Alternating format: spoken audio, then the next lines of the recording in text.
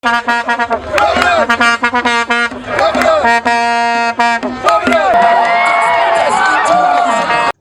ziteberwa mu timu 16 z'abashije hamwe na 8 z'abakazi kandi zisigirwe club ya Cobb zitire Buffaloes n'ubwo 15 hari 5 kutwara cy'abashija kandi yo Avengers zitire Black Pearls n'ubwo 20 hari 5 kutwara cy'abakazi.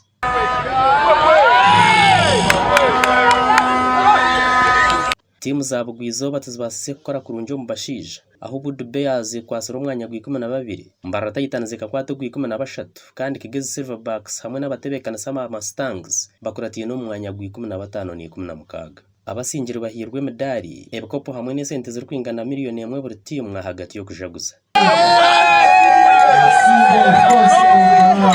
Tournament yabonire yagenda je eventual winners abashija babarwa Cops okwakanaho abakope bindi biturere bitwarwa Heathens na Pirates rero twatunga umuhanguzo musya then ombishi owahangura yari Avengers no yahangura cyabishi actually ubwo mu Burundi tugizire mukato exposing abana bitwa ababato kugira ngo bari ready cyo kubanza nibisiye myaka 18 nibisiye myaka 19 nibisiye myaka 20 so tujye katu exposing nabo bafuneho umugisha gwo kuzana ez club izibire zirye zo murundo gwa mukaga kandi zahamuhero nziba hasande je mu rubwe yogerere aho umuhanguzi we Chikopa aramanyirwe abwa TV West and Alogias byamukama.